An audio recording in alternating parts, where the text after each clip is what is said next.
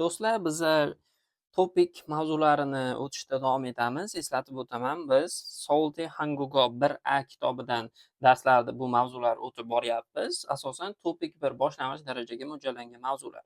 Xo'p, bugungi darsimizda nimalar bor? Bugungi darsimizda noun imnika, noun imnida grammatikasini o'tamiz va bundan tashqari noun iga, animnida degan grammatik strukturalari bugun o'tamiz.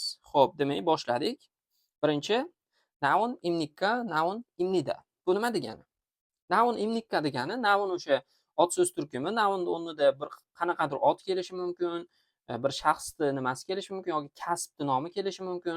Shunaqa imnika bu so'roq gaplarda ishlatiladigan qo'shimcha. Masalan, bizda o'zbek tilida mni ishlatamiz. Masalan, sen talabami?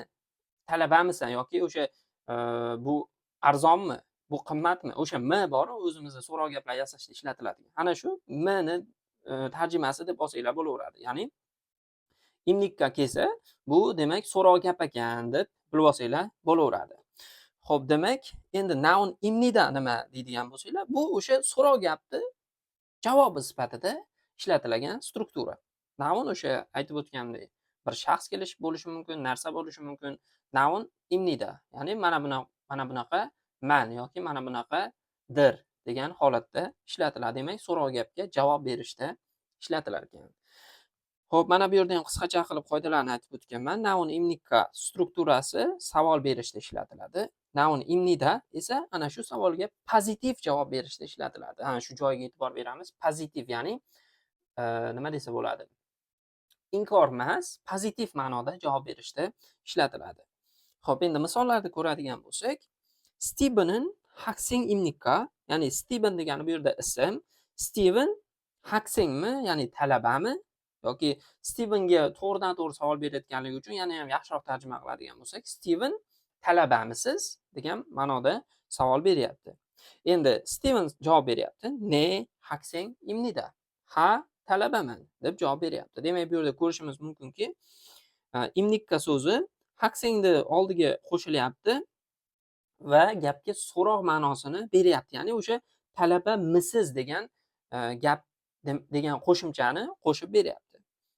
Imnida bo'lsa, ha talabaman, o'sha talabaman, ya'ni o'sha pozitiv ma'noda javob berish uchun ishlatilayotgan bir qo'shimcha. Xo'p, shunaqa. Endi bu yerda o'qilishida ozgina sizlarga tushunmagan joylari bo'lishi mumkin. O'rtoqlar, mana bu yerda ko'rayotgan bo'lsanglar, imnikkada ib bo'lyapti. Pastda o'zi aslida b harfi kelyapti, lekin m deb o'qilyapti. Imnikka deb o'qilyapti. Ibnikka deb o'qilmayapti. Bu nimaga deydigan bo'lsanglar, mana bu b harfi ba'zi holatlarda mana shunaqa m deb talaffuz qilinishi mumkin. Bu koreys tilida ko'p uchraydigan holat. Ba'zi bir holatlarda umuman harf boshqa, lekin talaffuzda boshqa tovush bilan berilishi mumkin. Bu ham xuddi shunaqa bir holatga tushadigan bir vaziyat. Shunga o'zlaring uchun bilib qo'yganlar yaxshi. Bu ibnikka deb o'qilmaydi. Imnikka deb o'qiladi, ya'ni m harfi bilan o'qiladi. Xo'p, biz davom etamiz o'rtoqlar. Keyingi qoidamiz noun iga animnida, ya'ni o'sha imnikka bilan savol berganimizda animnida yo'q deb javob berayotganda ishlatiladi. Endi bu inkor ma'nosida javob berishda ishlatiladi. Xo'p, qani, demak misolni ko'ramiz. Steven'in Haksing imnikka. Steven talabamisiz? Aniyo chonin Haksingi animnida. Yo'q, men talaba emasman. Demak, bu animnida degani o'sha yo'q degan ma'noni bildiradi, ya'ni gapga inkor ma'nosini qo'shadi. Shunaqa o'rtoqlar, bu struktura nimaga ishlatilishini bilib oldinglar. Endi mana bu iga nima deydigan bo'lsanglar, bu o'sha otga qo'shiladigan bir qo'shimcha xolos. Endi qachon qachon ga ishlatiladi deydigan bo'lsanglar, bu ham o'sha patchimli so'zga aloqador. Masalan, haksingni ko'rayotgan bo'lsanglar, haksingni patchimi bor, ya'ni ing so'zi, ing harfi patchimga tushib qolyapti. Shuning uchun i ishlatilyapti. Agarda patchim yo'q bo'ladigan bo'lsa, masalan, o'tgan safar ko'rdik, kija so'zini, ya'ni muxbir so'zini, kijada patchim yo'q. Patchim yo'q bo'lganligi uchun biz gani ishlatardik. Kija ga animnida, ya'ni muxbir emasman. Patchim yo'q bo'lganligi uchun gani ishlatgan bo'lar edik. Demak, bu yerda ham shu patchim bor yo'qligiga qarab igani qo'shsanglar bo'laveradi.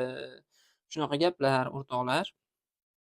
Xo'p, endi yana shu yerda sizlarga alohida bir tekst tayyorlab qo'yganman bonus sifatida.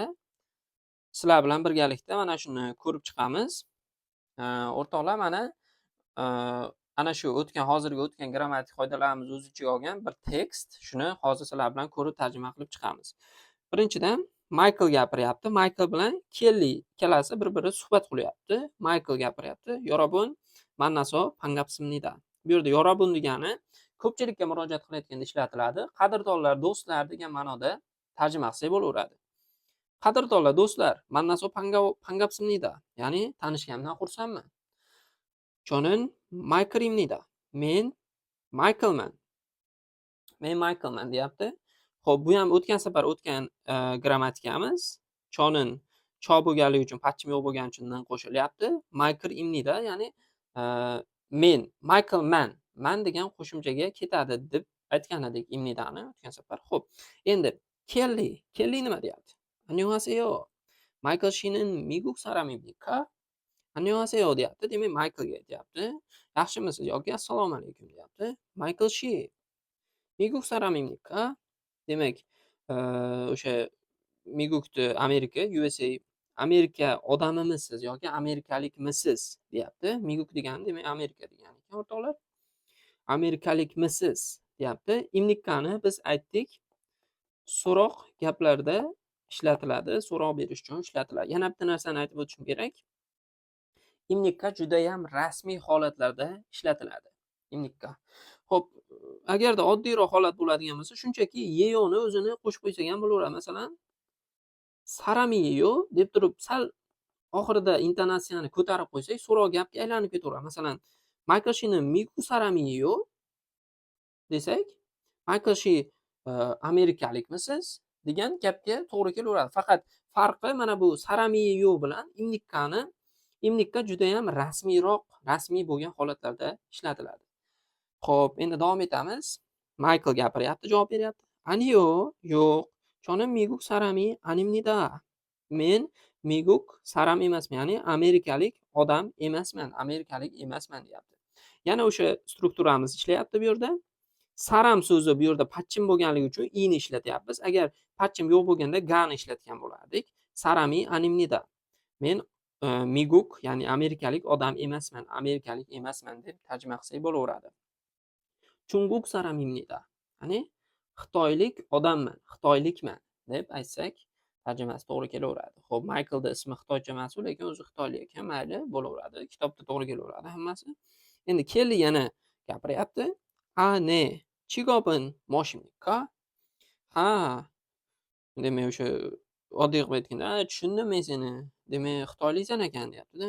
Chigobin moshimnikka degani nima deydigan bo'lsak, chigob degani kasb degani, muod degani o'sha nima degan ma'noda o'sha savol berayotganda ishlatiladi. Chigomin moshimnikka, kasbing nima deb savol beryapti.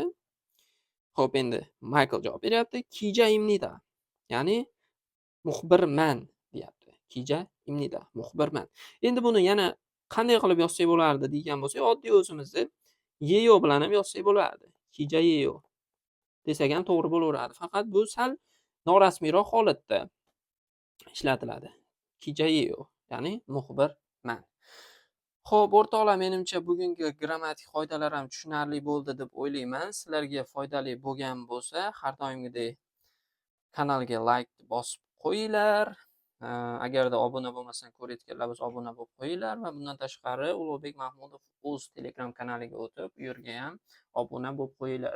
Chunki men bu darsda foydalangan hamma resurslarimni, PPTlarimni o'sha yerga joylab boraman. Sizlar ham bemalol olib foydalansanglar bo'ladi. Xo'p, o'rtoqlar, sizlar bilan bugun foydali video bo'ldi deb o'ylayman. Keyingi videolargacha ko'rishguncha xayr, sog' va salomat bo'linglar.